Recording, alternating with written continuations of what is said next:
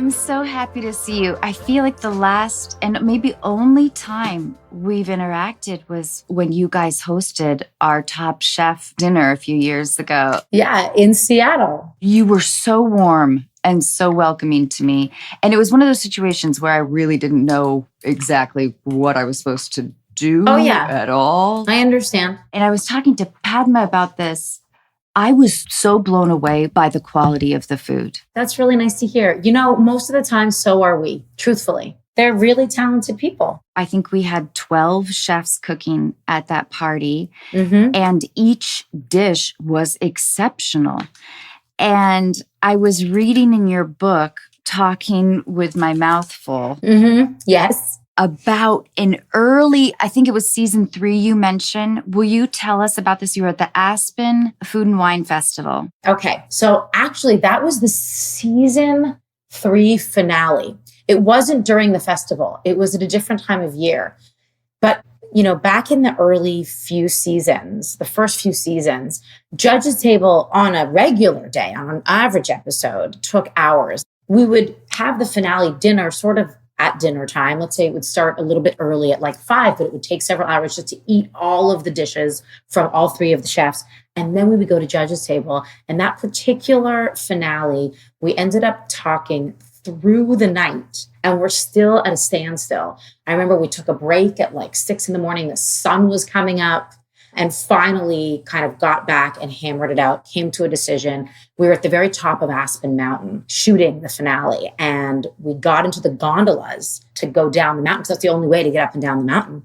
We watched the sunrise as we were coming down the mountain. I mean, that's how long it took us. You know, we talked for like 7-8 hours. It's definitely a part of the show that people don't see. Although these days we've made it a little more succinct. We're better talkers. But the fascinating element that you describe in your book is, I think, the debate between consistency. Yes. And it's about kind of the highs and lows. I talked about, you know, how the reason we were sort of at this stalemate, we couldn't come to a decision, is because it came down to 2 contestants, that particular finale. But often this is actually the same argument we have over and over again on the show. And that's, one of the chefs was more consistent. His food delivered more consistently from beginning to end in terms of the full menu he gave us, technique and, you know, flavor, seasoning. It was consistent, but the other contestant's food was far more exciting. It wasn't as consistent. There were highs and lows. They made mistakes along the way, but their concepts, the innovation, the creativity was large. And there's so much to be said for that. But when you're rewarding a chef at that level and you think about their experience in a restaurant or in dining, do you want to go back to a restaurant if it's inconsistent? You're looking for consistency, right? You want reliability, consistency. You want hospitality. Or are you looking for like the mad creativity and innovation? So how do you judge between those 2 things? Which is better, or which should be more rewarded? Because they're both so important to the final product. And you ended up sort of winning the argument. The contestant who was consistent won the grand prize. We decided after many hours that time, and we've talked about that in many finales and many episodes since, because it happens all the time. But in that particular conversation, when those particular dishes were put in front of us, we decided that the winner that year was an incredible young chef named Hung.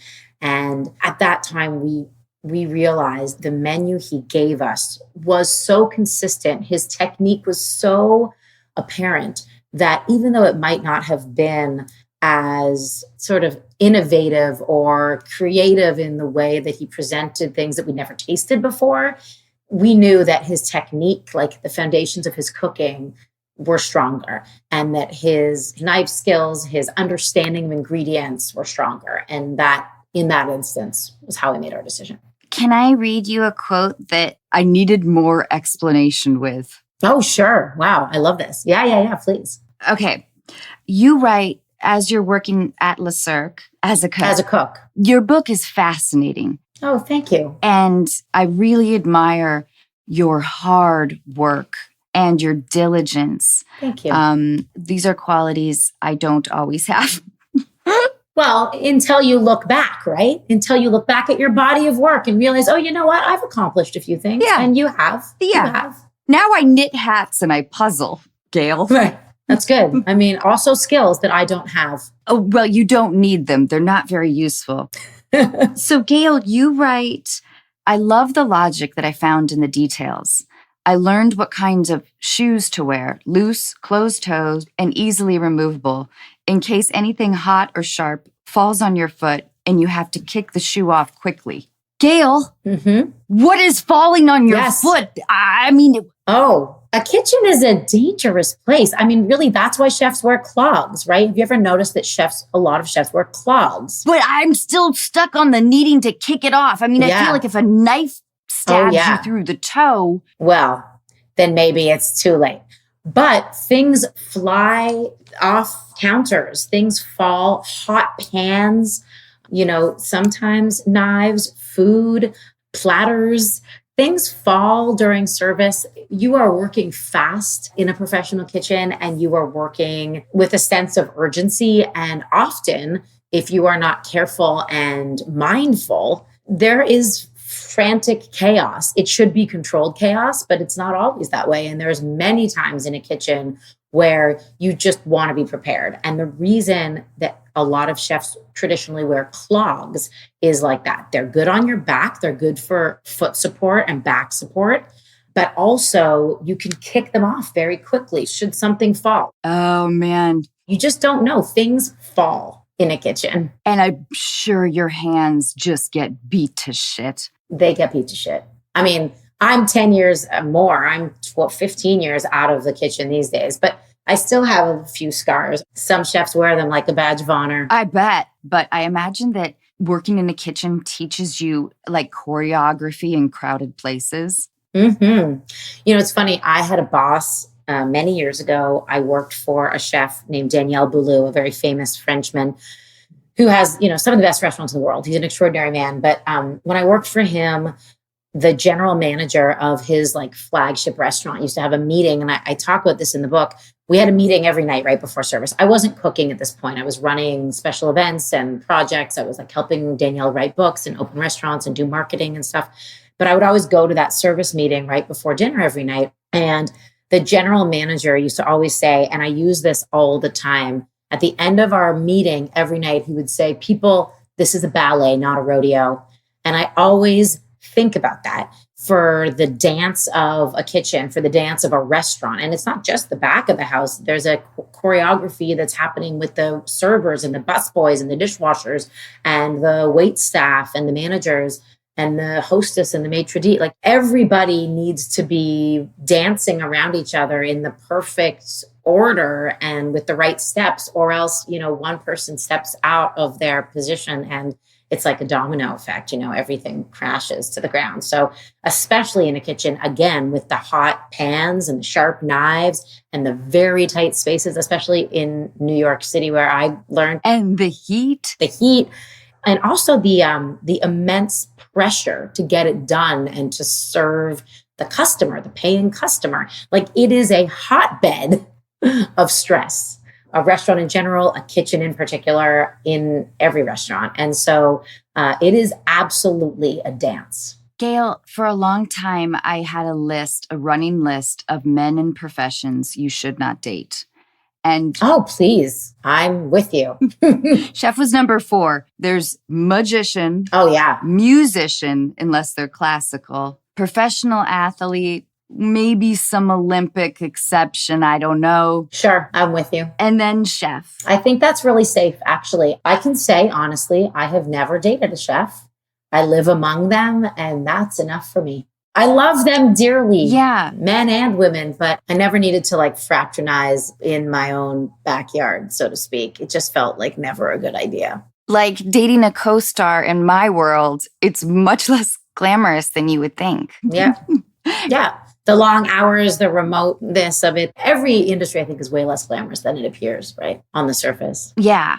Having watched Gordon Ramsay, this is it. This is my education. Yeah, well, don't take Gordon Ramsay. But it did occur to me that the temper in that environment was acceptable, perhaps. Do you think that's true or not? I think that was true for a very long time.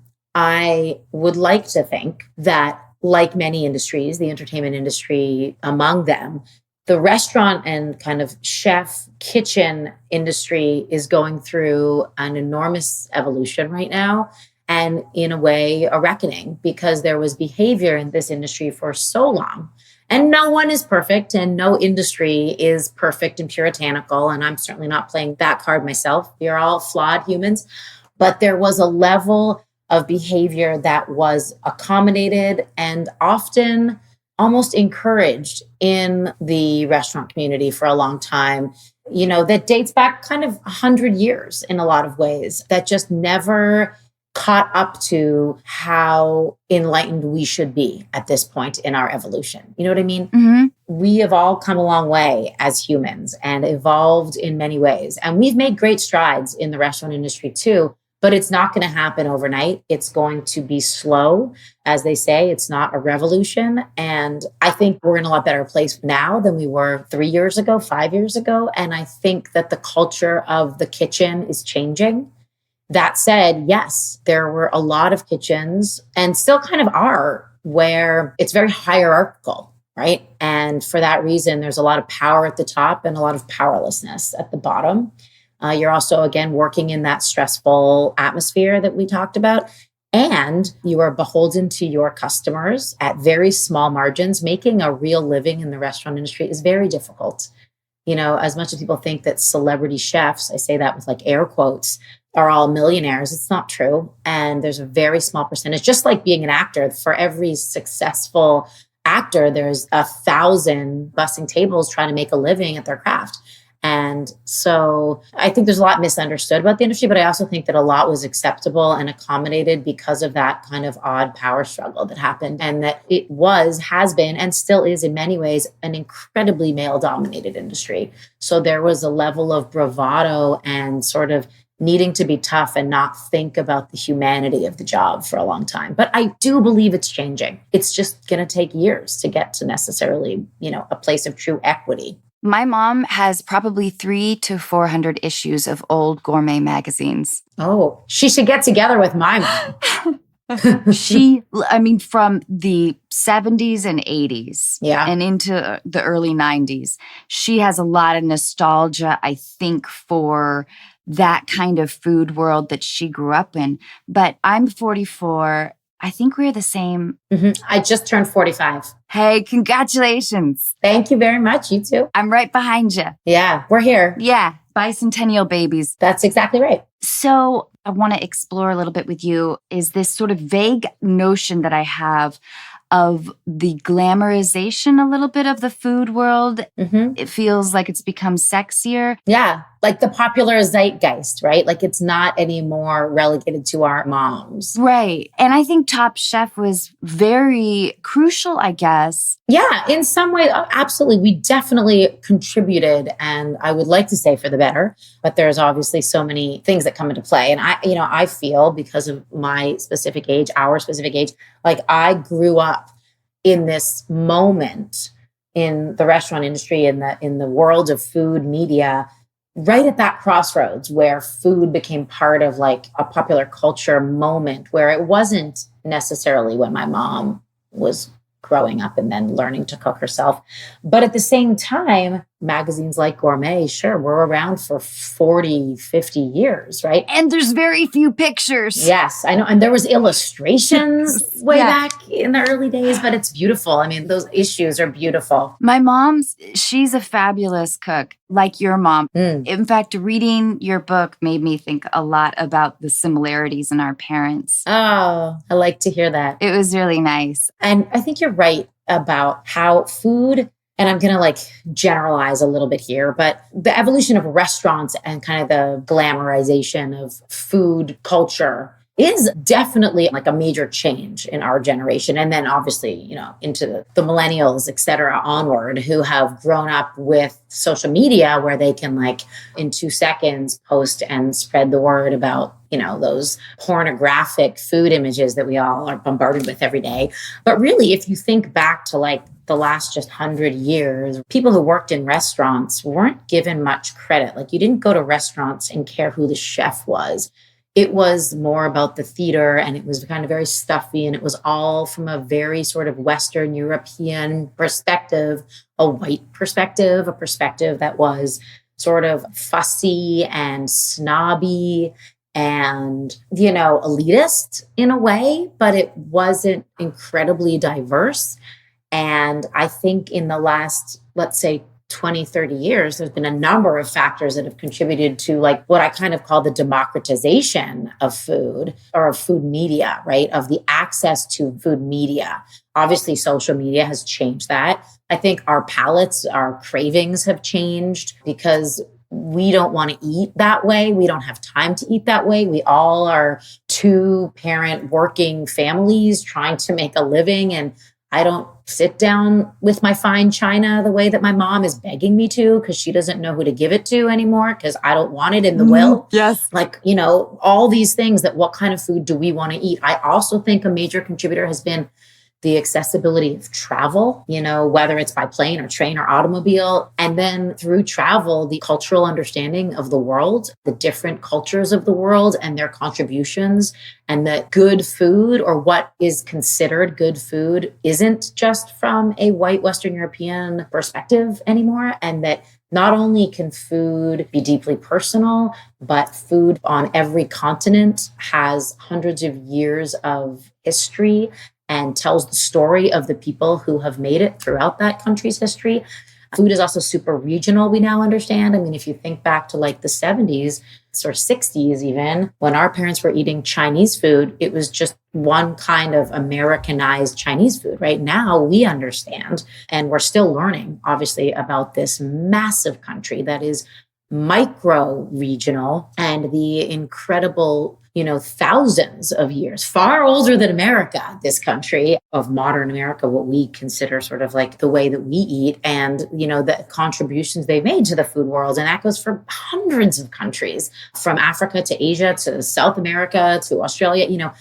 There is just so much to discover and so many different perspectives. And I think all of that, as we grow and as the generations after us grow and understand that more thoroughly, it kind of opens the doors to a broader lens of food. And it's allowed everyone to have a voice, to work in ways they weren't able to, and have access to understanding food in ways they weren't able to, which is just like made the way we eat so different and much more casual and much more based on personal likes and dislikes, not just what one critic says is good. And I don't know, I think that's all been a piece of the proverbial pie, so to speak. And Top Chef certainly contributed to that too.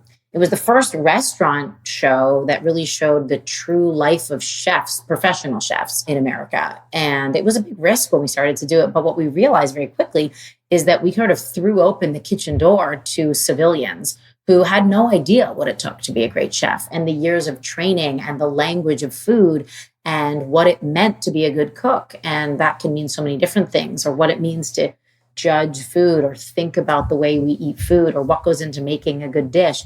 And we were kind of like the first show to talk about all these things. That Tom and I joke all the time how like we created a generation of monsters who sit down at every restaurant and announce that there's like not enough acid. And I'm like, yeah, that's kind of our fault. We created those monsters. But also it has expanded the way we all think about food. And there's nothing more rewarding than that. When I bump into someone in the grocery store and they tell me that they watch Top Chef with their child and now their child wants to be a chef or wants to cook with them after school, or when they go to a restaurant, wants to try a new food or buy something new in the grocery store that they've never tried. And like that's the point, I guess, right? Expanding our culinary perspective. Yeah, I'm really grateful that I live during this time. Yeah. Right. Me too. I'm not even sure I answered your question, but I kind of hope I did. You did. You totally did. I wanted to explore a shift and get to the bottom of it. And I think that your answer was amazing. Okay, cool. So, Gail, I love how you write about finding the job that you love. Let me ask you, do you still love Top Chef? I do. It's a loaded question, but it's a fair question. No job is easy. That's why it's called work, by the way, and not play. But I feel very fortunate to go to work with the people I work with every day and in the places I get to work. There are days when I certainly wake up, as I'm sure you do too, and question my life choices. But overall, yes, like I decided when I graduated college that I wanted to work in the food industry. And I didn't quite know what that meant, but I was enamored with food and eating and traveling and learning kind of the anthropology of food. And through totally uncharted circumstances, I made it happen, and I still get to do it and more. I mean, I'm doing things now that when I was my 20-year-old self, I never thought I would be able to do, for sure. And that I get to like meet the people I get to meet and travel and taste the things that the thing I love about my job is that every bite I put in my mouth is different. And I get to talk about it with people who love it too, right? So most days it's pretty great. I really admire how you set a goal for yourself. And in your book, you write about how you, through a shit ton of hard work and hustling, you made that happen. There's an anecdote you write about, I think your mom had you write a list. Yes, that's right. Will you tell our listeners about that? Yeah, sure. And it's funny because you say I set a goal, but it's interesting, Anna, when I set that goal 20 years ago, when I graduated college, 20 plus years ago, I didn't articulate it that way. Like I didn't know exactly what the long game was going to be, right? I didn't know. And thank goodness I didn't know. You got to be a little naive or else you're never going to actually do it. You're never going to actually take any risk if you actually know what that will involve. But I had this like loose plan, this sort of nebulous idea that I wanted to work in food media. And like 25 years ago, food media meant something totally different than it does today, right? But that was my plan, my loose plan. But I also always very consciously never made like 5-year goals. It's like making a birth plan, which I know you understand. People will be like, what's your birth plan? And now I know, having had 2 children, that is bullshit. Yeah. Call bullshit on the birth plan, because no matter how you want it to go, it's not how it goes. And you just want to come out the other side in one piece with a healthy child. And I feel kind of the same way about my career. Like I had no idea, and I'm glad that I didn't put too much stock in it going one way or the other, because then I would have never gotten to where I am. All that said, when I was 22 and I graduated college and I came home from college and I had this like loose idea of being in the food world and I had no idea what it was. And my mom was actually kind of worried about me because she thought I was pretty directionless. And I was like living in my parents' basement in Toronto. And she sent a family friend to give me like a pep talk, who was about like 6 or 7 years older than me and super cool and had started her own career and was doing really well, and who she knew I admired. And she was like, why don't you just make a list of the things you like to do? Because I didn't know how to like get an actual paying job and get out of my parents' basement, right? And this family friend of mine, whose name is Michelle, said, like, just sit down and like write a list of things that you like to do. Like, don't worry so much if they're actual job descriptions, just like, what are you into? And on this little piece of paper, I wrote, eat, write, travel, cook. Yeah. And that was like very top line, right? And she was like, yeah, okay, we're done. My work's done. Why don't you just go do it? Like, I'm not quite sure what your mom's so worried about. You have interests, and those interests could become a job if you get up and get dressed and like get out the door and just do it. And that was like the first time that I guess anyone had given me permission to do the things that I loved, instead of feeling that I had to do something to make my parents proud, or that was like deemed as an acceptable career, because so many of my amazing, brilliant, smart girlfriends were like going to law school or doing a PhD or getting an MBA or going to work in finance. And I was like, I don't want to do any of those things. But I didn't know exactly how to do the things I did want to do. And that was like the first time I sort of put them into words and like manifested that idea. And I still think about those 4 words every day, and I'm still doing them. I love it that your mom gave you that gift. True. That feels like really generous of a parent. Gail, if you don't mind, will you tell us a little bit about living in the kibbutz? Oh, sure. Am I saying that correctly? Kibbutz. Yes, you are. Beautifully. Kibbutz. Oh, good. Yep. I was 18 years old. I was graduated high school. I had, 4 months off before, or maybe 3 months off, let's say, I can't remember, before I started college. It was that summer in between. And my, high school boyfriend and I decided to go to Israel and to work on a kibbutz for the summer. We had both been to Israel once before. I had gone with my family when I was 16. And he had gone on like a teen tour type trip the year before. And a kibbutz is sort of a controversial thing in a lot of ways. I mean, is it? Well, a little bit. It has an interesting history. And I'm going to give one very general overview of what a kibbutz is. And it is a multitude of things, positive and negative. But, Israel is a new-ish country. It was founded in 1946. And when Israel gained independence, it was mostly a desert, as the Middle East climate is in many parts. But the general history of a kibbutz is that they needed to farm the land so that it was livable for this country. And how do you do that? So one of the ways that they farmed the land was that they built essentially these communal farms all over the country. And it was like a very socialist ideal even, where families came together, many, many families. They lived together. They pooled all their resources, all their finances.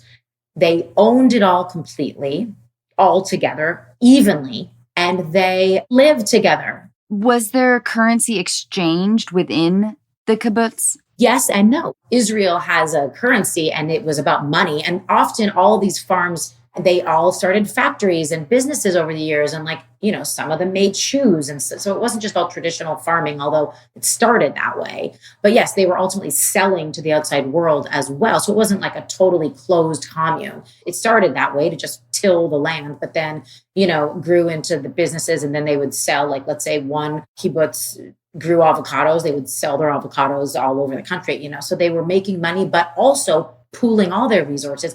For example, all the children would live together. So they didn't necessarily live in individual family homes. All the children lived together, were raised together, and some of the adult jobs were to care for the children, while other adult jobs were to farm, other adult jobs were to work in the kitchen, and as soon as you were old enough to stand, you contributed. You were working as well as going to school on the kibbutz. And then when you turned 18, man or woman, you went to do mandatory service in the army, which you still do in Israel. And then you come back. It is an imperfect system. And these days, many kibbutz have not survived.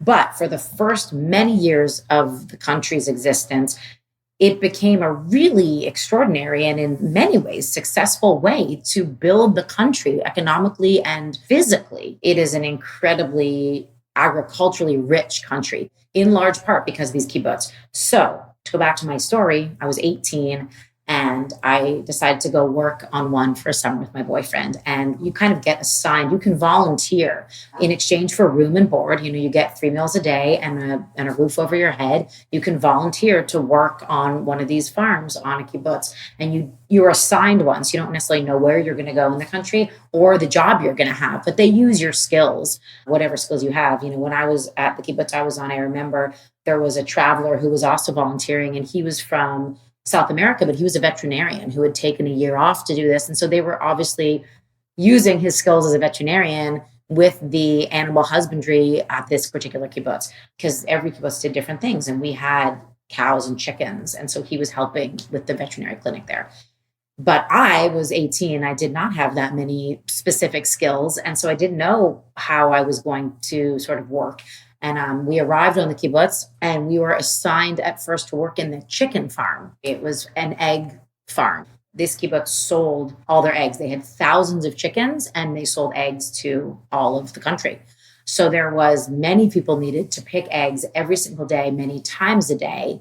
And there was a big system by which obviously the eggs were pasteurized and loaded and cleaned and shipped and obviously put into the system, so to speak. And so I was assigned the chicken farm with my boyfriend, and we worked there together for many, many weeks. Ultimately, the relationship fell apart, as young love often does.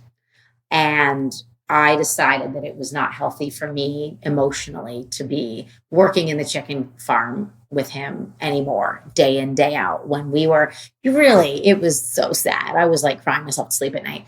So I asked to be moved, and they moved me for a brief stint to the avocado and lychee fields to work on the irrigation systems of the avocado trees, which were beautiful. And interestingly, it was lychee season, even though I was working on the avocado fields, but there were lychee trees right beside us. So anytime we got hot and tired in the middle of the day, we would just pick the lychees off the trees and eat them as our snack, which was pretty great. And after that, they moved me to the kitchen. There was 700 people working on the kibbutz that I lived on, and they needed 3 meals a day, breakfast, lunch, and dinner.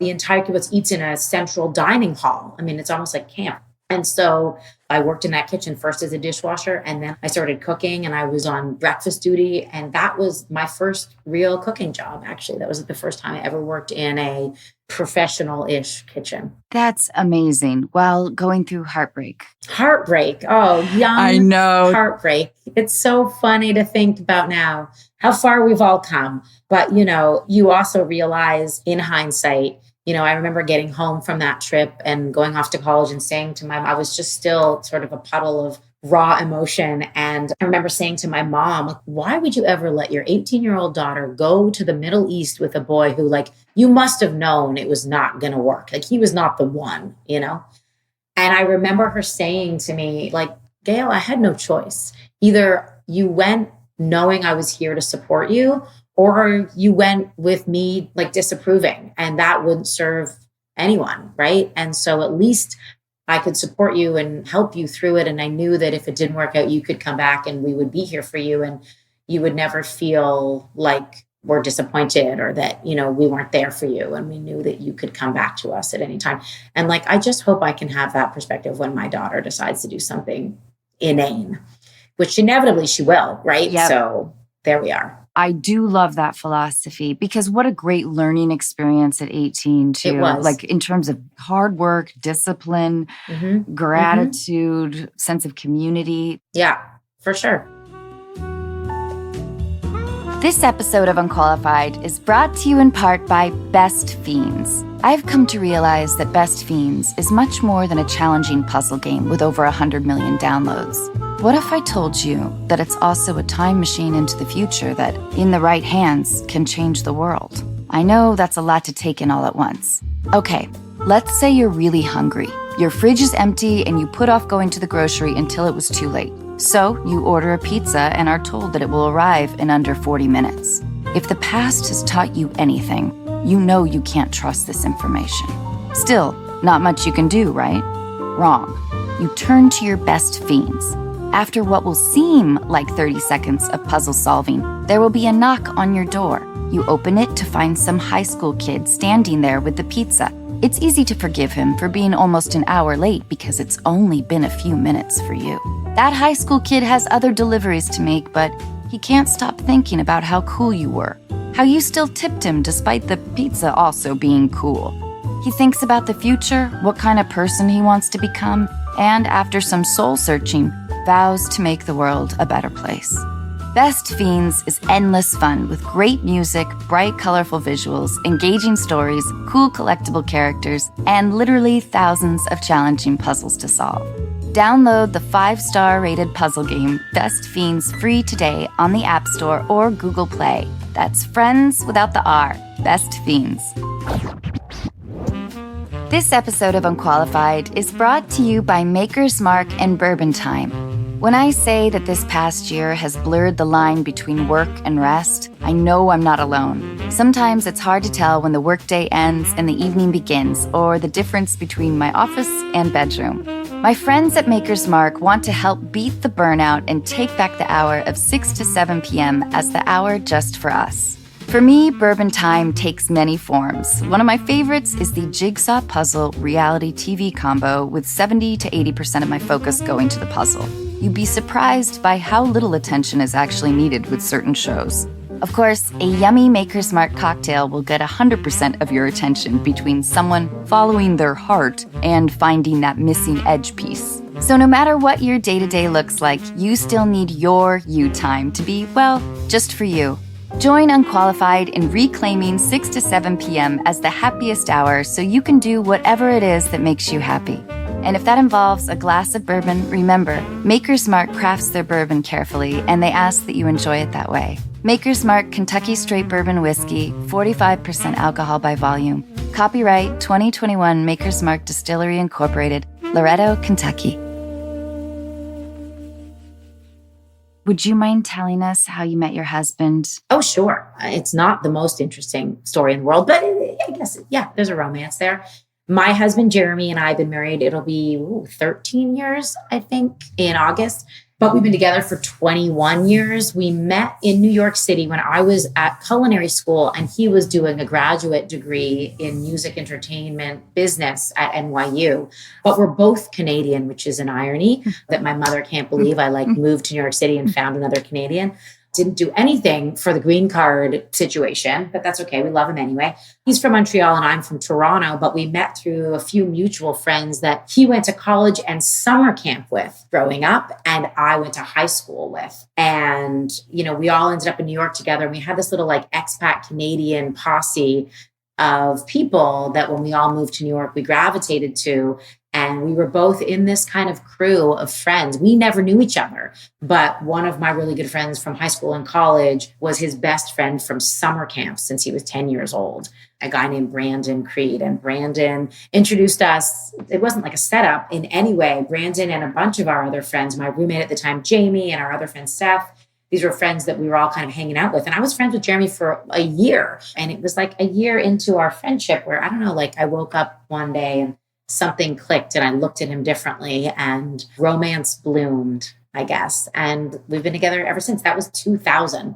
So we've been through it all together. I don't think it was a coincidence that you two were Canadian, though. You know what I mean? I think there's something about finding a home in a large city, Absolutely. There was a familiarity and a comfort in each other. A year into our relationship, 9/11 happened just blocks from my house. And we kind of got through it together. And since then, we've faced so many things. And now we have 2 children together. And so far, so good. Gail, I did want to mention how your story about 9/11 that morning with Jeffrey, and then how you were serving, if I remember correctly, the coq au vin. Yeah, that was the month of coq au vin. I would pack up buckets, literally, of coq au vin and bring it to the chefs who were the chefs at Balthazar at the time. They now have a different restaurant in New York. They were taking donations from restaurants and chefs, and we were bringing them our coq au vin to serve to the rescue workers at the Trade Center. Yeah. I can't imagine. You have a good memory. Well, I really love your book. Thank you. Thank you. Okay, Gail, if you could live anywhere in the world, where would it be? Well, it's funny because I'm terrible at making decisions. And I'm also the kind of person where everywhere I go, I want to live. I look at real estate and I'm let's just move here. I love it here. If I could live anywhere for a year, and this is something I've talked to my husband about on countless occasions, we would move to Japan, probably to Tokyo, possibly to Kyoto, because it is smaller and slightly less chaotic and overwhelming. But I've had the pleasure of visiting Japan on a few occasions. And my husband and I are both just so completely smitten by the country in so many ways. We've never spent enough time there to really delve as deep as we want to. And I think it's the kind of place, Tokyo in particular, that you can't possibly ever really know because it's so rich and so massive and its history is so layered, like so many places on earth, obviously. But there is so much physical beauty in Japan, but also culturally and obviously from a food perspective, I find that it is the most creative, interesting, and focused, obsessive culture I've ever known. And I'm sort of amazed with it. And I would love to be able to really spend time learning the language, learning more about the history, and exploring it further. Because it's just the kind of place that you walk down the street and every turn you take, you're on a new adventure. I feel like you were about to touch almost on a philosophical level about the food in Japan. Do you have a thought on that? Well, I do, in that I think we know so little about it, that it is such an interesting food culture because, when we think of Japanese food, we think of a few different things. But really in Japan, there are so many people who've dedicated their entire life's work to a single craft within food culture. So they're not just a chef and they can cook everything. It's one person who studies just yakitori, just tempura, just the art of sushi and sashimi for years upon years and become masters at this one thing, which is sort of unknown to us in a lot of ways, because I think our culture sort of sets us up to want to do lots of different things all the time. And no one would ever be able to sit still for that long to kind of learn such narrow, specific, but such deep craftsmanship in a way, and that doesn't just go for food in Japan. I think it actually goes for so much of their art and culture, from like music to indigo dyeing to rice growing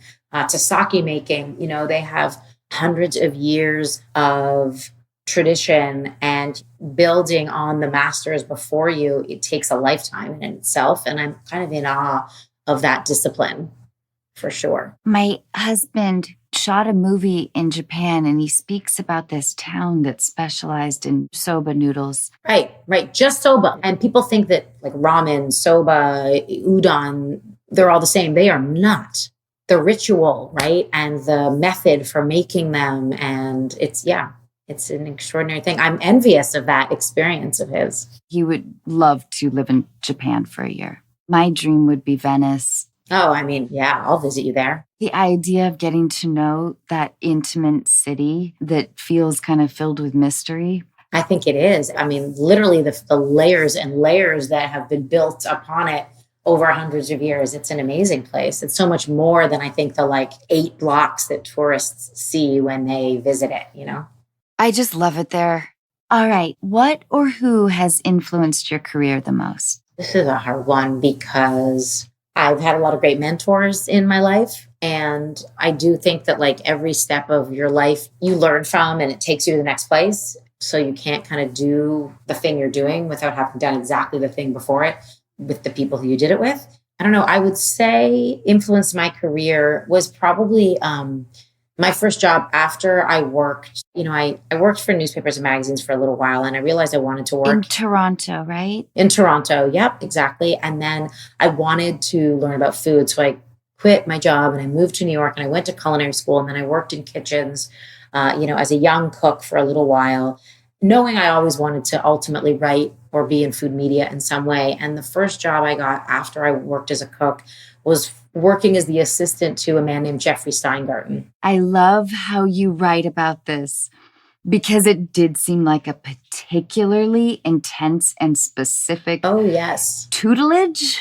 Yeah, let's call it apprenticeship. Yes, it was. And it doesn't exist anymore, the job, the way it used to. It was like at a moment in time, in food history, where there was like a few women before me and after me, and we all had this job. Will you tell our listeners a little bit about Jeffrey and his background? For sure. So Jeffrey Steingarten was for 30 plus years the food critic at Vogue magazine. And he didn't do restaurant reviews, and he didn't do kind of quick, short format, like what's hot food stories. He did long format food journalism, the way that like you almost never see anymore. And it was very particular in Vogue because Vogue was not known to be a food magazine. Obviously, Vogue has always been the pinnacle of fashion, and sometimes that meant the opposite of food.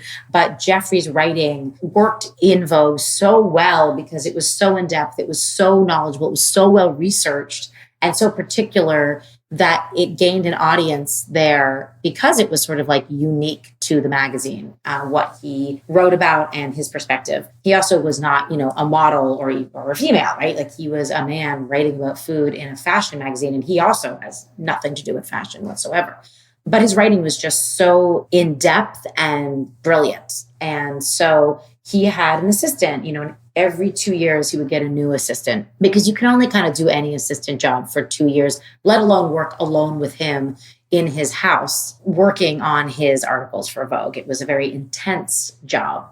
But Jeffrey, is still probably, I'd like to think, one of the greatest food writers of our time. I mean, he's still alive and he's not writing as much as he used to. But if you ever read his books, his first book was called The Man Who Ate Everything. And his second book was called It Must Have Been Something I Ate. And I wrote his second book with him, or all the articles from Vogue that appear in that book. And he just sort of like gave me a master class in understanding food writing. And it wasn't because he sat down and mentored me out of the kindness of his heart. It was trial by fire in a lot of ways. It was like, I'm doing an article about this. You need to figure it out. Go forth and don't come back to me till you have the answer. And sometimes that kind of felt like negative reinforcement. But he gave me like such an incredible education. He also like opened up the world of food to me. It was, the world of New York restaurants and chefs. He would fly all over the world researching for his articles. 1 month he would be writing about traditional Thai curries, and he would go to Thailand for a month and then come home and make me track down the best possible mortar and pestle to make Thai curry at home. Or sometimes he would write about making Neapolitan pizza in a home oven and replicating the perfect pizza crust recipe. So I had to run around to every wood oven in the city of New York and measure the temperature and try to replicate the recipe for the dough for days on end. So it was like really my dream job, but also he just gave me carte blanche to explore and fail and learn from my mistakes and get my hands dirty.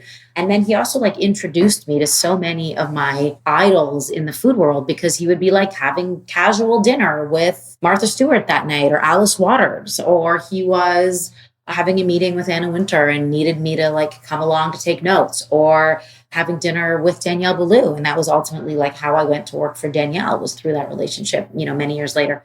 So he just made the world of food accessible to me in this New York way that I don't think would have ever been possible anywhere else. And I'm grateful to him for that. I think the way you describe his diligence. I think that's a good word for it, actually. You talk a lot about geese and roosters. Yeah, we cooked a lot of geese and roosters. And the caviar tastings. Yes. So it was very glamorous, but also very unglamorous. We needed roosters because we did an article about coq au vin, which is a traditional French dish from the French countryside that you think of coq au vin, and you think of Julia Childs, and it's a traditional braised chicken dish. But what people probably don't know is that the reason coq au vin exists is, first of all, it's coq au vin, which is a cock, which is a male chicken, a rooster. But the reason that it is braised for 3 days in red wine is because traditionally it was how to use an old rooster that had dried up and was no longer good at impregnating hens anymore. So what do you do with this old rooster? And when you're on a farm and you need to use everything you have, you can't just throw a rooster in the garbage. You need to use it for food. And so old roosters are tough. So how do you make them tender and edible? You braise them in red wine for 3 days. And that's how coq au vin started. So when Jeffrey's going to do an article about coq au vin, he's not going to take the easy way out. I had to figure out a way of getting old roosters delivered to the house every day.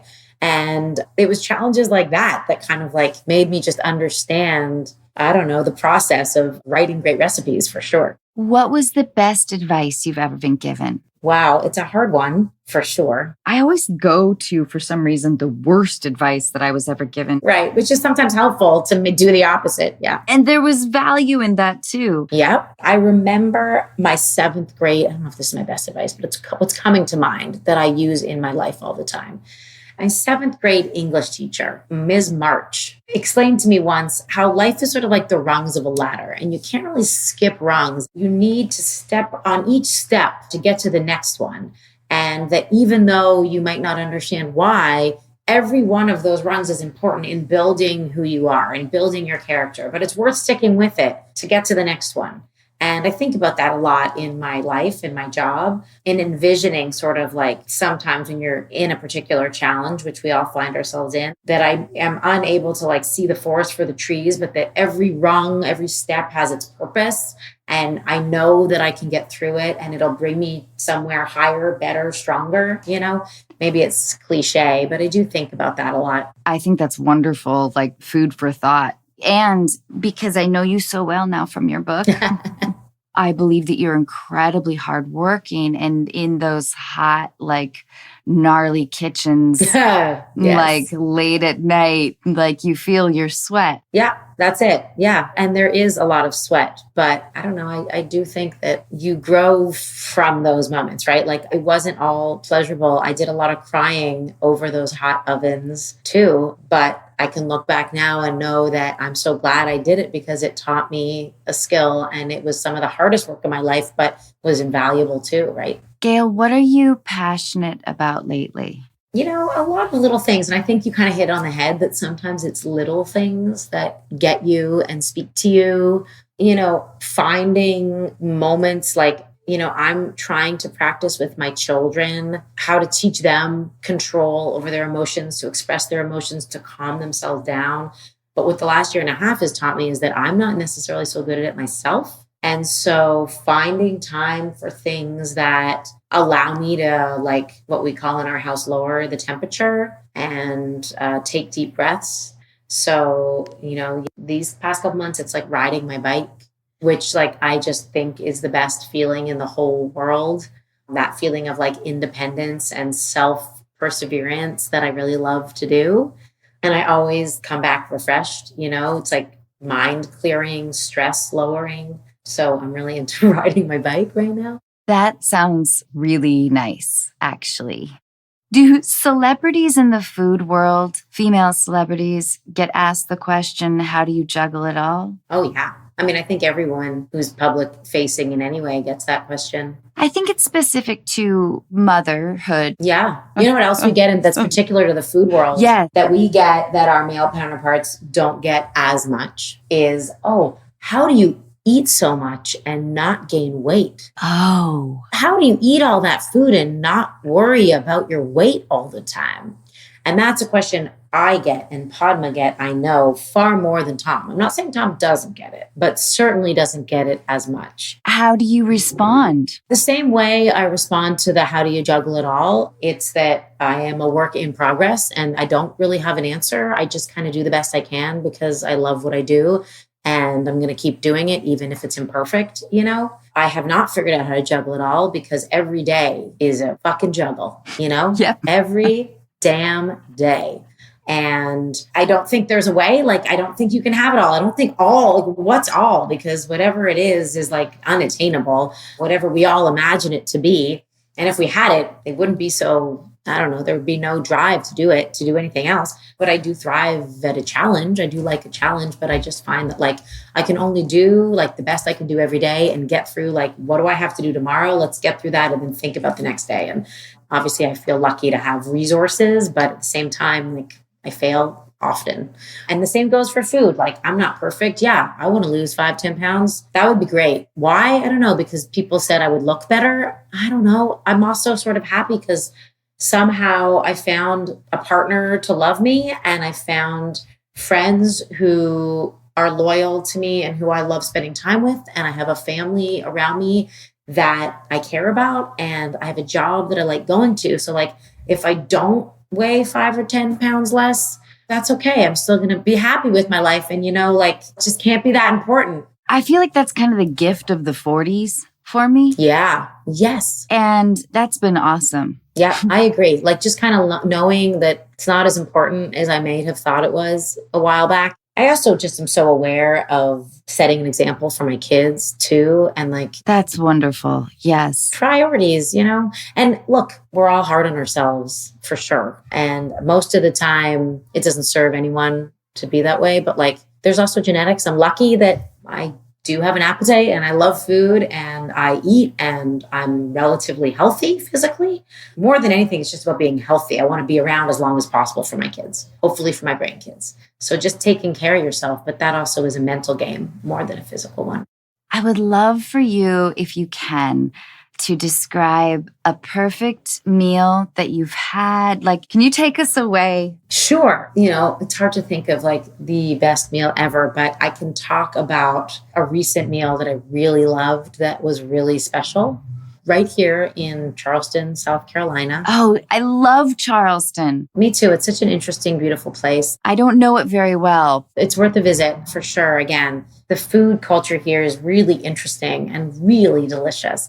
And like, I can think about one meal that I had last year here that was really, really special to me was a meal by a man named BJ Dennis, who is a chef here in Charleston. And he's descended from the Gullah Geechee, which were ultimately slaves that were brought here, but they were brought here for their understanding of rice culture and seafood, because Charleston is obviously, their food culture is rice and seafood based from, hundreds of years back. And he has been an ambassador of Gullah Geechee food for as long as he's been a chef.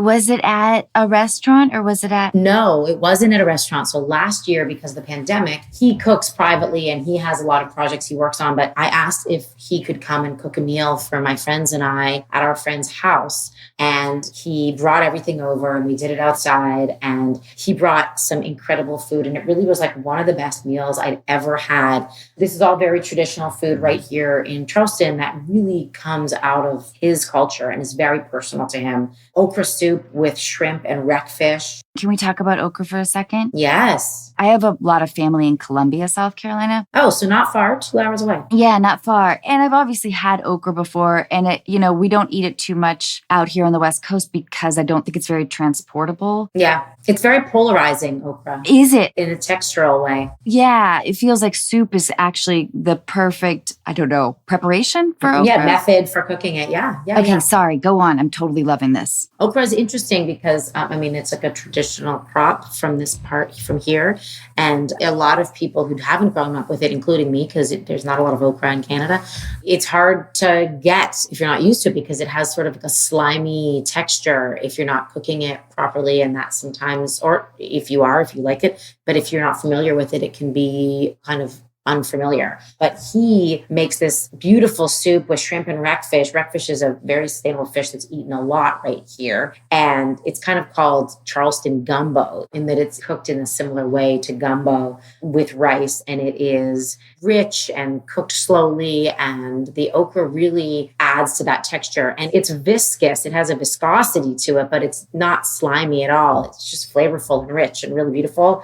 He made us hot cornbread, in a cast iron skillet. Oh. And he just drizzled cane syrup on it that was made locally by friends of his on a farm not far away. And just like dipping it in the cane syrup was like such a treat. He made squash stewed with peppers and tomatoes. And he made crab fried rice, which is very particular to this corner of the world and to Gullah Geechee culture.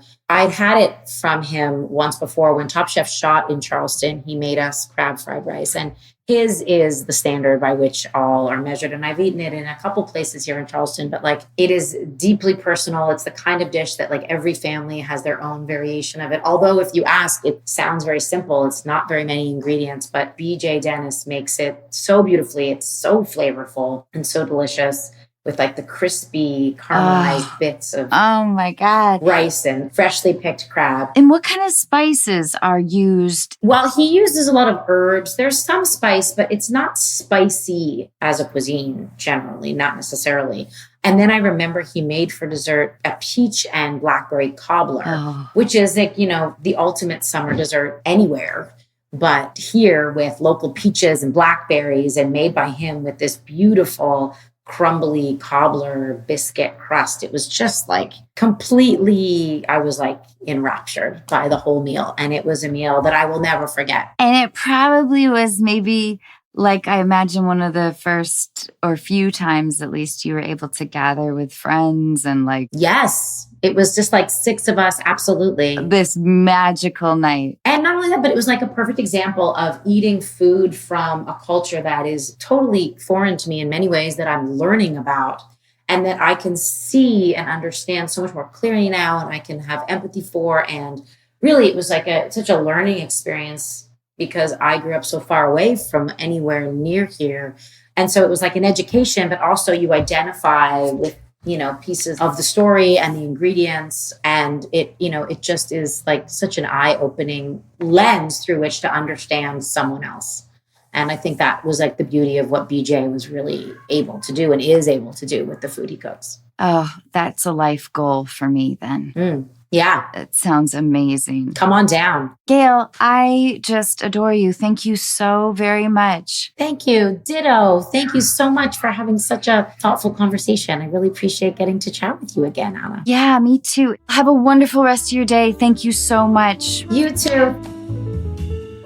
This episode of Unqualified is brought to you by McDonald's, and I want to talk to you about one of my favorite McDonald's items, the Quarter Pounder with cheese.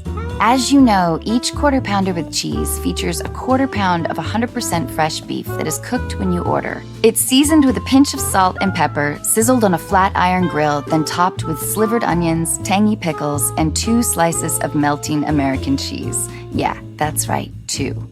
And bringing it all together, the Sesame Seed Bun. When I was in high school, this masterpiece was known as the QPC. And you didn't have to be one of the cool kids to know this, clearly. I like to imagine this anonymous teenager sitting in a car with her friends, looking out over Puget Sound after a quick stop at McDonald's. She's passing out the burgers, the shakes, the fries, the chicken McNuggets, and asks, "Who ordered the QPC?" And that was that. McDonald's quarter pounder with cheese. Just talking about this is making me want one. Fresh beef available at most restaurants in contiguous U.S. Not available in Alaska, Hawaii, and U.S. territories. I'd like to take a moment to tell you about a fast, easy, and safe way to send money to family, friends, and almost anyone with a bank account in the U.S. Of course, I'm talking about Zelle, but you probably already knew that because it's in over 1,000 banking apps.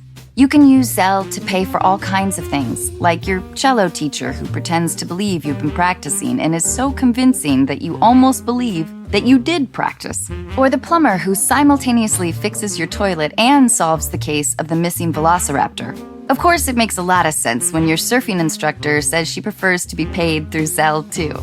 You can also use Zelle to send money as a gift, like when you're unable to attend the wedding of your college roommate because you've unfortunately made plans to be away that weekend. And that same roommate can send you money right from her banking app when she realizes she forgot your birthday. When money is sent between enrolled Zelle users, it goes straight into the recipient's bank account in minutes. Zelle, look for it in your banking app today.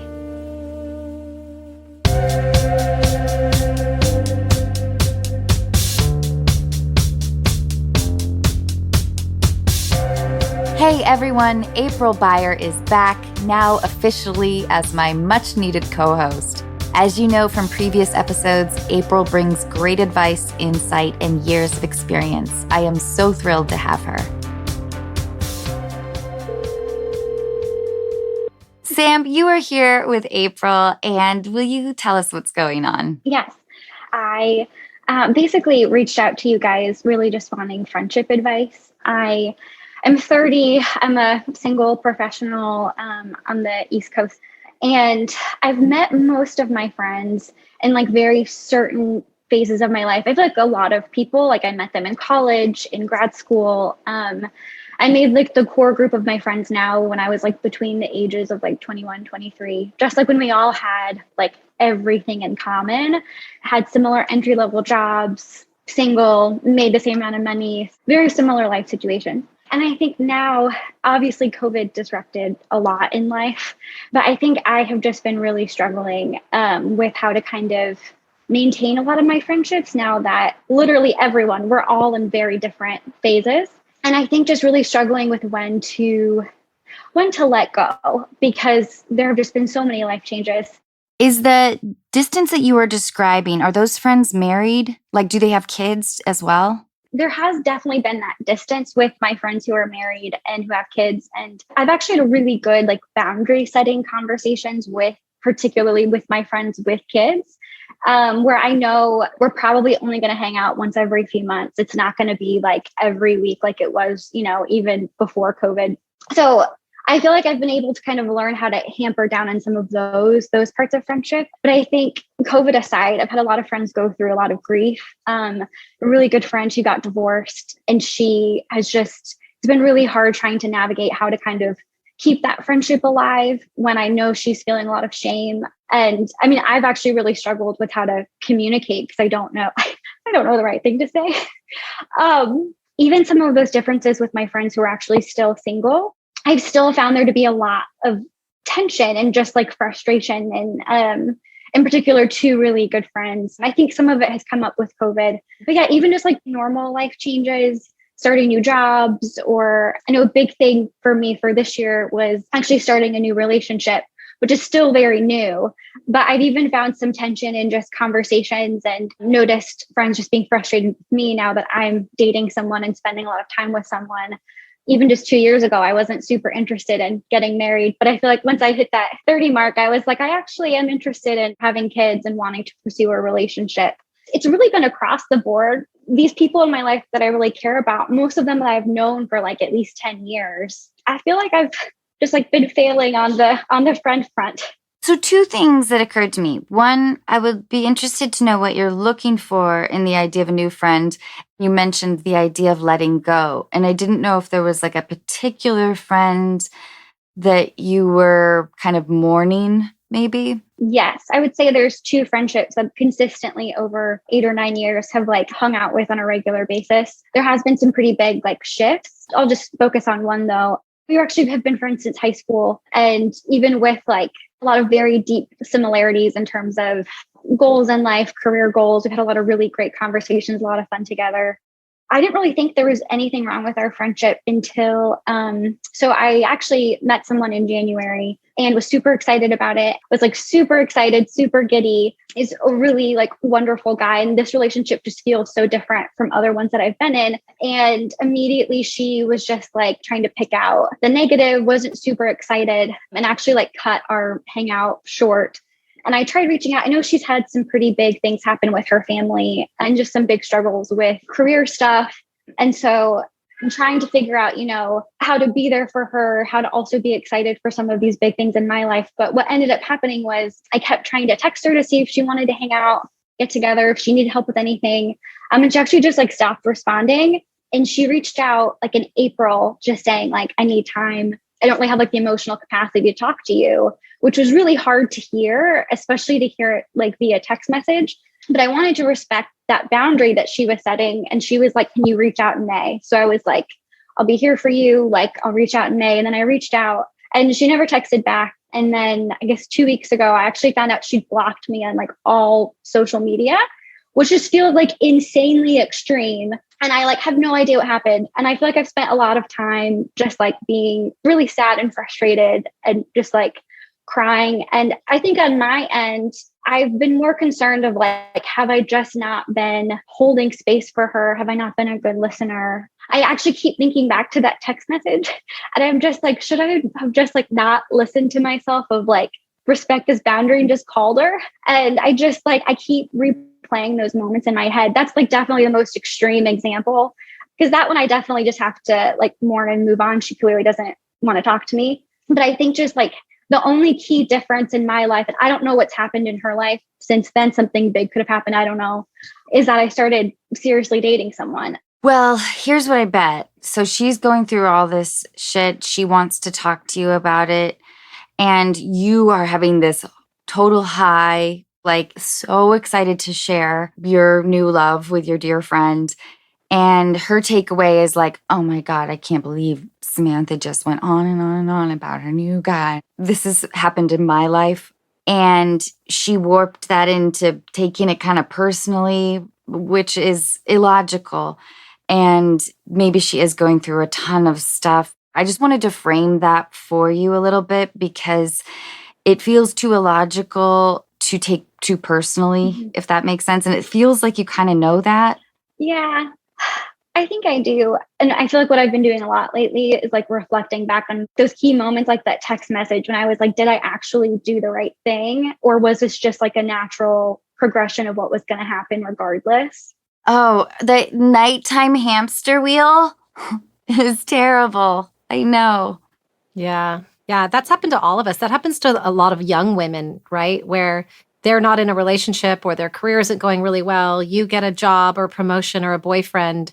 And it's like, how dare you be joyful? The comparison is so glaring suddenly. Yeah. I have a question for you, Samantha. Mm-hmm. Are you feeling like your friends aren't supportive enough for you? Or are you worrying that you're not there enough for them because you feel like you've evolved past them? I can't tell if it's that you want these people back or if you're trying to figure out a way to transition and create a new group of friends. Maybe both? I actually haven't thought of it that way.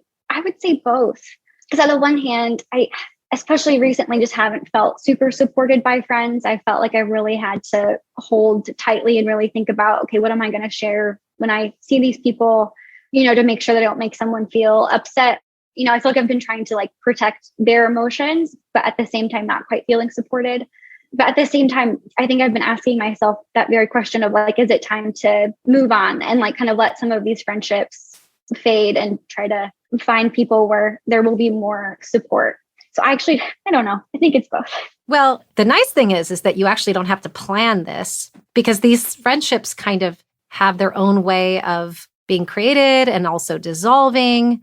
And there's something that happens at 30. Maybe you experienced this as well, Anna, right? Where all of a sudden our friendships of the 20s just kind of stopped. And then the new friendship started. So it doesn't mean we forget about those college relationships or those childhood friendships, but it does shift. And I always think it's funny that we think that personal relationships, romantic relationships, should have an end date if they're not going to be the one. But for some reason, we think friendships should be forever. I know. Right? It's like, God forbid you should walk away from a group of girls that you don't have a lot in common with anymore, or that you've outgrown, or that you're on a different trajectory. And like, that's okay. Friendships can be seasonal, just like romance. I just wish that we would put a little less pressure on ourselves. Yes. We don't remember every birthday. I don't know. Like, thank you cards. I'm still annoyed about that. Why is our gender assigned to the thank you notes? But Samantha, tell us a little bit about your new relationship. Are you guys seeing each other all the time? Yes. How frequently? I would say all the time. Yeah, but I don't think it's gotten in the way of like me trying to spend time with other people. We've actually set pretty clear boundaries, because especially when we first started dating, after we like reached that point of like, okay, we're going to be exclusive. We're actually going to like spend time inside and not outside. We pretty quickly realized we were just spending all of our time together. So we have like very set nights where it's like, we're not hanging out tonight. We're going to see our friends. Or even on the weekends, if someone's doing something, I try to make a point of like not bringing him and seeing them. But I would say pretty much like 5 days out of the week. Yeah, so it's better to hang out with people who are also in a couple. I got to tell you, it's really hard to find, I run a business, I have a husband, I have dogs, I have family. It's so much, and I'm still maintaining my friendships with my single girlfriends, but it's harder. It doesn't mean that I don't love them anymore, but it's so much easier when I can see my couple friends, because then I can bring my husband into it, right? I don't want to say to him 2-3 times a week, bye, I'm leaving to go out with the girls. Like, it's just, as you kind of evolve, it just makes it more difficult. Okay. And the friends of yours that are having babies, you might have a baby in the next couple of years too. And then all of a sudden your relationship comes back together at that point. So there's a way that you can gracefully maintain these friendships. Everything kind of comes back together at a later date. There's a friend that's struggling with something with their parents, and you guys are going through that at the same time, or you both have a baby at the same time, you both get married at the same time. You'll need those people again. I would look at your values. You're in this beautiful intellectual city. You're super smart. You're very mature. So I would say like, okay, what are my values? Their education, their hard work, career, sacrifice, relationship, curiosity, adventure. So when you know what your values are and what's important to you, then you cast your friends accordingly. So then when you do talk about the trip you took or the job you got or the great guy you got, they're like, yes, that's awesome. Like, tell me more about him, because they have the same values as you do. But if you don't, and you align with other women that aren't in the same kind of, I don't want to say like level, I'm just saying value set, they won't want to hear about the things that are going great. You'll be trying to be supportive of them, but it's not your world. So you're sort of painting on the interest. I know it sounds cold, but it's okay to have friendships that are like you call each other once or twice a year or see each other, at the holidays. Like there's friendships like that. And then there's the people that you see more often because you guys are literally living the same parallel lives at the same time. You want to travel together and experience your new relationships together. I think that's what's going on more than anything. Yeah, I would say so. I think, I don't know. I feel so emotional because I'm like, I don't want to give up some of these people that are so great and so fun. But like, you're right. Like, I guess we just aren't aligning on a lot of values. And I think that can make it hard when you just feel like they're not really wanting to support you. You're not struggling with things to talk about and wanting it to be a safe space. And yeah, no, that definitely makes sense. Yeah, this is you. When you're emotional, that's because you're mourning the loss, right? You're letting something go and it's emotional. Doesn't matter if it's a friendship, a job, a house. Letting go of stuff creates an emotional feeling in us, and we have to mourn it a little bit. But life is about changing and evolving at all times. And like Anna said, can't we just give each other a break with like, oh, she's kind of doing her thing right now with her fiance and her kids. And it doesn't mean she doesn't love me. She's just busy with her career. Like, I know she loves me. And that's the nice thing about mature adult female relationships is when we get into our 30s and 40s and beyond, we're more forgiving. It's in our 20s that we hold our friends accountable for like, why didn't you come to brunch? And where were you? It's like, as you get older, people are cooler, right, Anna? Like, I hope so. Anna, you and I couldn't talk for like a year. We'll connect sometime. It's fine. I would never go to the assumption that you were mad at me. No, exactly. Because there's an understanding of like, wait a minute, she's got a family and a career, and I've got a family and a career. It's like, there's a lot going on in our lives. My mom used to say, you know, you've got a best friend when a lot of time can go by and you pick up the phone after and you're like, hey, and you pick up and you're laughing and no one's judging each other about where have you been. And that's the beauty of getting older. Definitely. And it's bigger than you would think. It is big because if you don't have friends that can support your relationship. I mean, I had a girl that we kind of separated our friendship a little bit because she was going through a heartache when I met my boyfriend, and I wasn't gloating, but I wanted to share, right? You never get the beginning days back of your new relationship. And who do we want to celebrate with? We want to celebrate that new relationship with our friends. And if they can't sit around and go, tell me more, like, what's he like? It's hard. Because then you have to sit on all of your celebration. And I remember telling this girl about him, and she looked at me and said, I can't believe you would talk about a new love when I'm sitting here heartbroken. And then I ended up tap dancing to make it look like I wasn't that happy. And that's brutal, right? That's not a friend. But years and years and years and years later, we're really good friends now because we're both married, right? So you don't have to mourn. You don't have to get rid of these people. You don't have to do anything. And I have an idea, by the way, when you're ready to reach out to that girl that cut you out of social media. So when you're ready for that, let me know. Yeah, the blocking is odd. She's hurt. And this is the illogical part because Samantha's happy. So this is why you can't take it too personally. A family member just got really fussy with me when I wanted to be pretty generous with this gift. So I knew that her anger at me was illogical. And I kind of wrote it out and everything's cool. But it was almost like I couldn't like bring myself to rise to being angry, or it was just like, okay, all right, this is just a lot for her and it's going to calm down. So I do think that about your friend, although I do think it was pretty immature of her to block you. So there may be some red flags there with just kind of where she's at in her life. And that's okay. If you're okay with just sort of slowly kind of grieving that and maybe see where it goes. And maybe April has an idea for it. But I'm the kind of person, Samantha, who has one or two good friends. And I've always kind of been like that, very intimate. I've always envied people who have large groups of friends and wanted that. And most new people I meet are through work. That's sort of been my experience in life. And as I've gotten older, my friendships with my new friends are great. They're perfectly light. Like I can talk with them like once every couple of months with no demands, which is great. But Samantha, are you in a more solitary profession? Yes and no. I work with a lot of people who are, a lot older and are lawyers. And, it's not necessarily like the best environment to make friends in that space. But DC is such a social city, which has maybe been part of the struggle of like, especially in my early 20s when I first lived here, I feel like I could like go just like wait for the metro and like see someone that I knew or like had met at some point. Like you're just like DC is that kind of place where you can just meet so many people.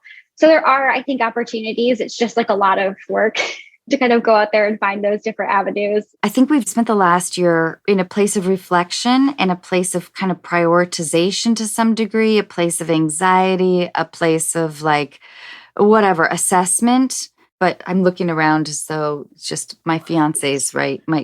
He's now my husband. Oh my gosh. What? Yes, we What? eloped. You did?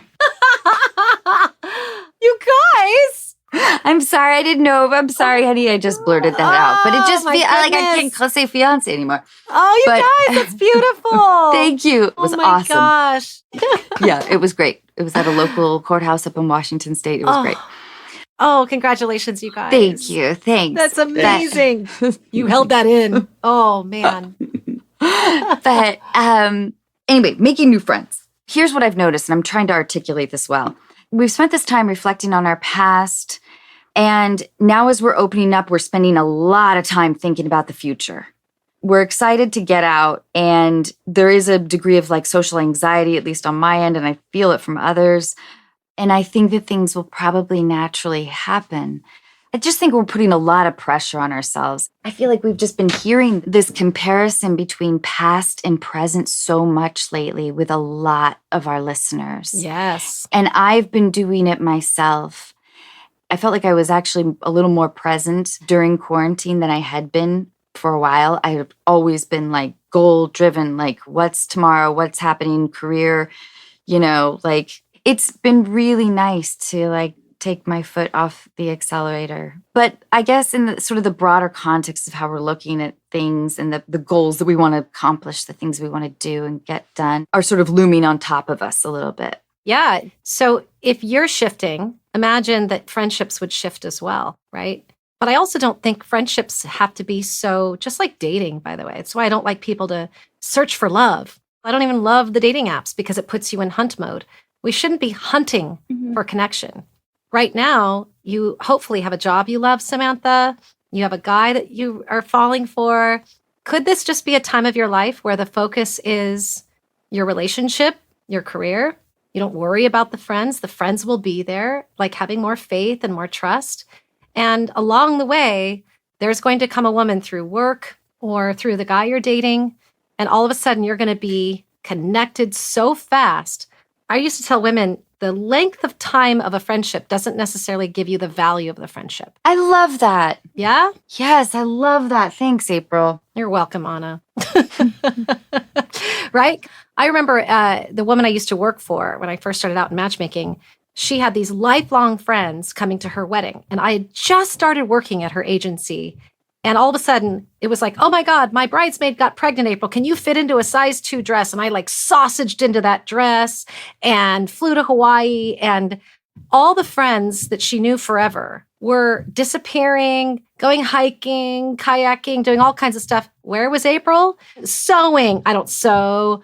Setting tables. I'm putting flowers together. I'm helping her. I'm going to out bridesmaid everybody. And I remember thinking, I'd only known her a short time. And I was a better friend to her than anybody she had known for 20 years.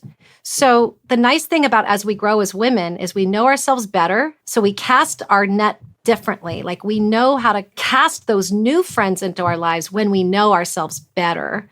And then therefore the friendships actually happen faster and deeper. They're more meaningful as we get older because we're now more of the fully developed story. And it's really exciting. So it doesn't take a lot. Like, I don't think you need to focus on how do I make new friends in this city? It's just going to happen. It happens organically when you're not even looking for it. And you attract it, right? You attract those friendships. My husband didn't even have a core group of awesome friends before we got together. So the other day I had to remind him like, hey, I have brought you some awesome couples. And that's our core. That's our group. And I feel like that's bringing something to the table. So you have no idea what he's going to bring, right, in the way of friendships to you. Somebody like that he knows that has a girlfriend. You guys are going to start going out to dinners together. I wouldn't worry so much about it. But can I give you some advice on the girl that blocked you? Yes. So caveat, a lot of the advice that I give doesn't necessarily change the outcome, but sometimes it makes us feel better. Mm-hmm. So I sense that you're mourning it, not because she's out of the picture, but more so that you're worried that you did something wrong. I lie awake at night, Anna, and I have so much remorse and regret of like, oh, I should have, and oh, I could have done that better. Like I have an absolute insomnia over stuff like that. So the only way I remedy it is by whatever I'm afraid of that I did or didn't do, I fix it the next day. I write that letter. I pick up the phone. I apologize. And then I wait. Because if nothing happens that changes that, then I feel like I'm good. I did what I needed to do. So clearly this girl said, I'm not emotionally available or equipped right now to kind of deal with you. So I'm just going to call me in a week or two. She was pushing you off because she was hurt by you for whatever, not you did anything wrong, but for some reason she was hurt by you, didn't have the skill set to tell you what had happened. So she kicked the can down the road and then she blocked you. Yeah, it's immature, as Anna said, but it's also a communication skill. And you're actually asking for people with communication skills. You're bright, you have a grad degree, right? You want a communicator. Samantha, your boundary talk has been impressive. Yeah, but why not communicate and say, I don't know what I did to hurt you or to make you block me. I just want to know that I have been wrestling with this and hurting because I feel like maybe I didn't support you or whatever I might have done that wasn't what you needed at the time. And so I would love to know so that I can maybe heal it or fix it if you're comfortable with that. Just know that I love you and I'm here. And then send it and let it go because the rest is now in her court. Yep. Bigger person. Check. Yep. Yep, exactly. Like you take that high road so that you can sleep better at night. Samantha, correct me if I'm wrong. At this point, are you trying to figure out if the friendship might still be worth it? Mm-hmm. Because she's someone that I would have honestly considered my best friend for quite a while. And it's weird when you go from talking to someone all the time to not. But I think just after that kind of behavior, I think it's made me rethink, is this someone that I want to kind of do that work with? That feels fair to me. I think what you have to measure, is it like an itch, like a mosquito bite? Or is it like an ache, like a little bit of a pit in your stomach? So I think April's solution is great because then you'll have an answer. Mm-hmm. This happened in my life and I didn't get a response. And when I did a year later, it was, let's just not talk about it. Oh. It was a family member and I'm still in the dark. And it's hurt me so much. Because it was so stupid they can't tell you. It was so illogical. Do you think? I'm sure. Well, I mean, I'm a coach, right? So when people are going through a divorce, I don't take sides. I try to help two people individually. And I think what happened was it was like, well, you weren't on my side. But it's not that, right? It was I have to stay neutral. And when I didn't ever get to hear why this person left my life, it was so painful. To this day, if I talk about it, I'll get teary-eyed. But then I thought after a few years of this person being absent and not ever calling me to say, here's what I heard, which is I could rectify it like that. I can honestly say that never happened, right? Something got ruined in the pipeline. It wasn't me. I'm always very honest and very loving. I could fix it. But guess what? When people tell me to reach out, which I have, it doesn't change the outcome. And now that I have space and time from it, I'm like, you know what? I don't want that person in my life that would disappear without confronting me and having a conversation, because one of my values is honest, transparent communication. Mm-hmm. So it doesn't matter who did what. It's come to me and say, hey, April, what's up? I just heard this. Did you really say that? Or what's going on? I would be able to defend myself. So it's not going to change anything. And that's why we have to let go of our attachment to outcomes and just be expressive and then go, wait a minute, do I want somebody who would do that to me? At the end of the day, is that really what's right for me? That's how you have to look at life. And that's the beauty of the 30s. It is a whole new crop of people in your life that are going to start coming to you. And it's really exciting. I mean, my closest friends are people I've met once I was about 30. Those are the people that I'm bonded with. I just want you to look forward to the kind of people that will communicate at your level. Just communicate so that others communicate with you back. And if they don't, you've got to just let it go. Okay. With our old childhood friendships, though, they add value in the way of nostalgia and reminiscing and somebody who knew you when, but they can be stagnant. Sometimes you stay in that place. And they are of massive value for those reasons. But somebody new in your life that taps into your same sense of humor or where you're at in life, they're out there and you'll find them. Even before this call, Samantha, I've been thinking a lot about that. And I wish I really could articulate it better. It just keeps feeling like there's this feeling of past, future, and we're not feeling as stable with just the present right now. I think keeping mindful of just where we are, I guess. I think you're onto something, Anna. You're talking about nostalgia. I think that has been heightened because of what we've all just been through and continue to be in, that we're longing for the past. And it's triggering us. It's triggering us in friends. It's triggering us in romantic, really. I'm getting emotional talking about this. It's triggering us because of this whole thing of like, I want my life back. I want things back the way they were. And we get stuck, right? And because the future is a mystery, the future is not always easy to see and feel because we can't touch it. And so if we can just sort of understand that, what Anna just said, there is something that's going on more than I've ever seen before of not willing to move on and accept the new normal, right? Of whatever that is in our lives. And just being patient with ourselves when we are feeling that not wanting to let go part. There has been this feeling of, in talking to people, like that decisions have to be made right now. Yes. And I just think we need to pause for a second. Mm-hmm. We still need to puzzle for just one more month, please. I want to keep puzzling. I love puzzles. I'll come over Don't and make puzzle me with go you. out. I don't want to go out either. Right. I get it.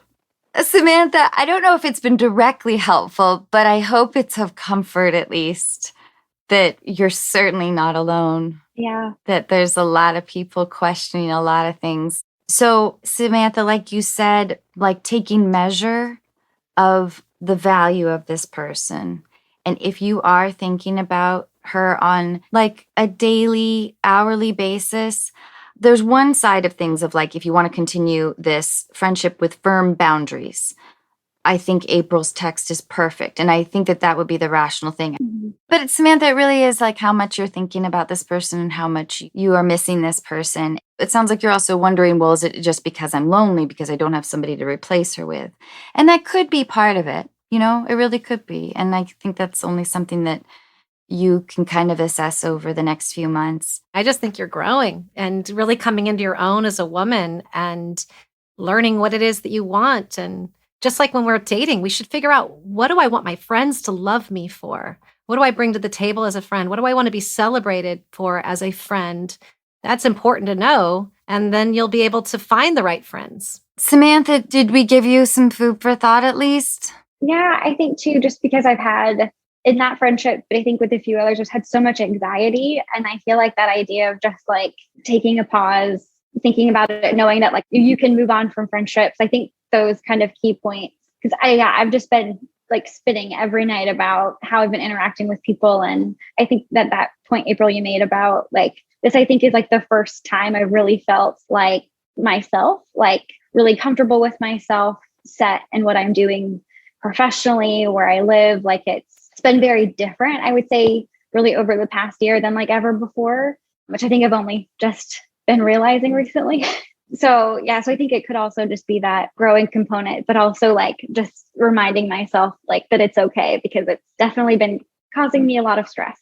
If there's stress in friendship just to get along, that means that we've grown past that friendship and we're trying to make something work that no longer works. It's growing pains, right? When we grow up, our knees hurt, right? When we start to get taller, that's all that's going on. There's friction because this isn't a model that works anymore. But it doesn't mean these friendships are done. They're just going to go into a separate area for a little while until there's more growth on their part. And then you guys will intersect again at some point, or you won't. There's no need to end relationships. They just evolve into what they've always meant to be. Samantha, thank you so much for talking with us. Thank you for having me. And also congratulations. Thank you.